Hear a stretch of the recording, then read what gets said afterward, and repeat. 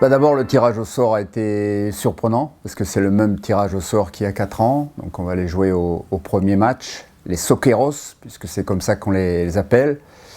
Et ils se sont qualifiés au forceps, puisqu'ils ont battu en barrage les Émirats. Ils ont battu également en barrage le Pérou, à l'issue d'un match qui a duré longtemps, puisqu'il a fallu aller au tir au but.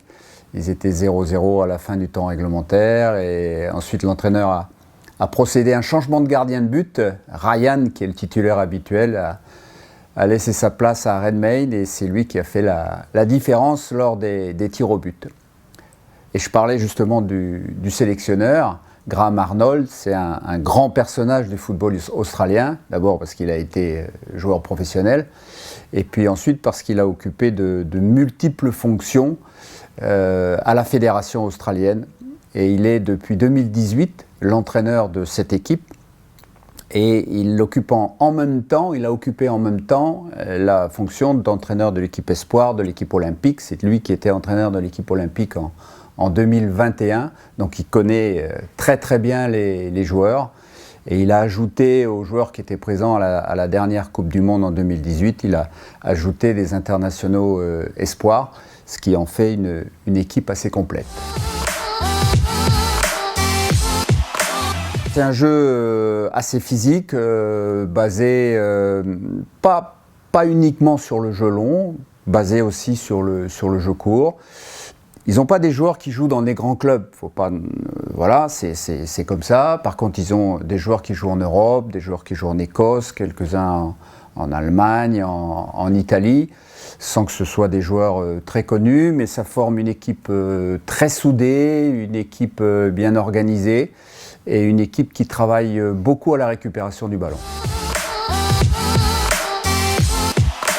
On avait beaucoup souffert face à cette équipe, on avait gagné juste 2-1 avec un but d'écart, mais les joueurs, les Soqueros étaient revenus à un partout et on avait fait la différence en fin de match. Donc c'est une équipe qui va participer pour la 6e fois de son histoire à la Coupe du Monde, 5 fois consécutivement. Donc c'est une équipe qui est assez aguerrie à la Coupe du Monde. C'est une équipe qui a aussi des individualités. Je pense à Aaron Mooy, par exemple, au milieu de terrain, qui joue au Celtic de Glasgow. Je pense à Duke devant. Je pense à Mabil ou Lecky sur les côtés. Habituellement, c'est une équipe qui joue plutôt en 4-4-2 avec 2 joueurs excentrés et 2 attaquants ou un attaquant juste derrière l'autre. Voilà, mais c'est une équipe qui peut évoluer avec différents systèmes. Évidemment, c'est de bien rentrer, c'est de gagner. On connaît tous les forfaits qu'on a pu avoir, que ce soit avant la compétition ou malheureusement dans ce début de rassemblement avec le forfait de Karim.